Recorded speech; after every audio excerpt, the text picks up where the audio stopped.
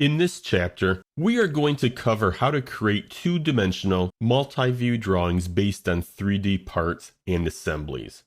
We will step through lesson by lesson the drawing environment, model view, standard views, and projected views.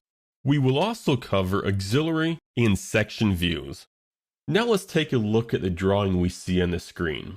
The two-dimensional production drawing is a multi-view drawing of a cast part called bracket. The bracket consists of three principal views: front, top, and right side view. It also consists of an auxiliary view taken from the front view, and another auxiliary view taken from the front view. However, we are only shown a portion or piece of the view. Along with the three principal views and auxiliary views, we have two pictorial views.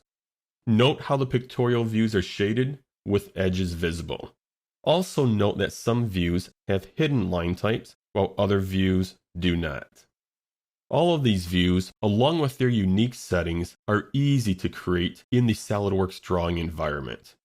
Now let's open up the part model for the bracket. In fact, we'll tile the two windows side by side. So we'll select the window drop-down and then tile vertically.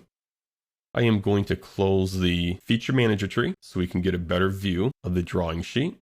So on the left-hand side of the screen, we see the finished drawing, and on the right-hand side of the screen, we see the part in the part environment.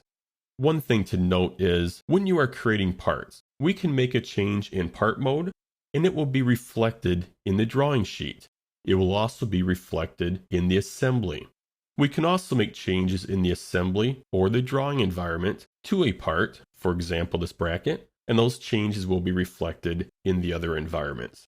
So basically, parts, assemblies, and drawings are linked to one another.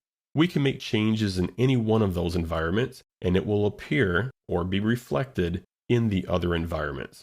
So let's give it a try. Let's go into the angle bracket, and I am going to double click on this whole feature. And notice the size is diameter 10. And you can see here in the drawing area that we also have the diameter 10 for the right hand side view. I am going to double click the diameter 10 in the part environment, and let's bump it up to a diameter 19. We will rebuild the part. Notice the increase in diameter 19. And also notice in the drawing environment, I receive these orange hatched boxes around each view. That tells me I need to update the views, which just by clicking in the drawing environment, the views are updated automatically. Now notice in the same view here, the hole size has updated to diameter 19. So that gives you an idea of how drawings and parts and assemblies all work with one another. What we're going to do in this chapter and the next chapter is look at how to create drawings using many different features.